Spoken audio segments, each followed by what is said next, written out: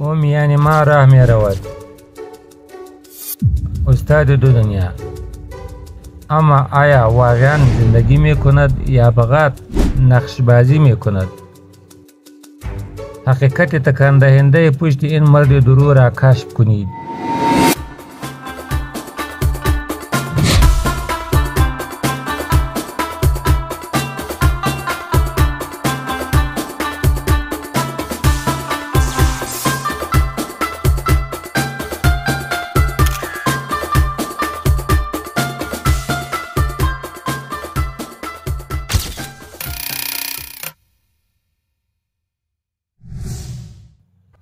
در چراغای روشن شهر این آقا مرد موفق، باهوش و با استعداد به نظر می رسد. اما وقت شهر را ترک می کند، تغییر می کند.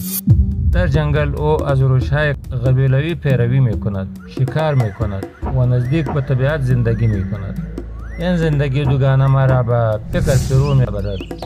آیا او همه را فریب می دهد؟ آیا در هر دو زندگی واقعی است یا فقط از مردم استفاده می کند؟ آیا کسی می تواند همزمان اینقدر متفاوت باشد؟ ما شروع به شک می کنیم که این مرد واقعا کیست.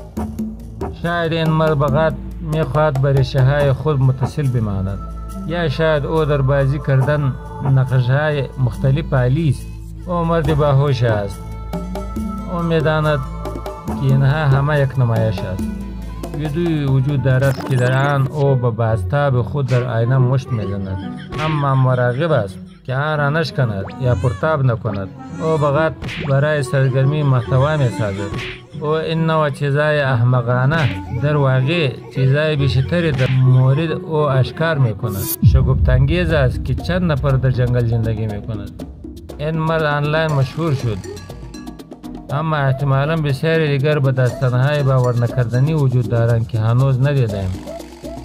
به هر حال داستان این مرد ما را به فکر وامی دارد که مردم چقدر میتواند پیچیده باشند. هرچه عمیق‌تر می رفتیم تناقضات بیشتری پیدا می کردیم. لباسهای مارکدار، ماشینهای لوکس، بسیار دور از زندگی ناموری که او به تصویر می کشد.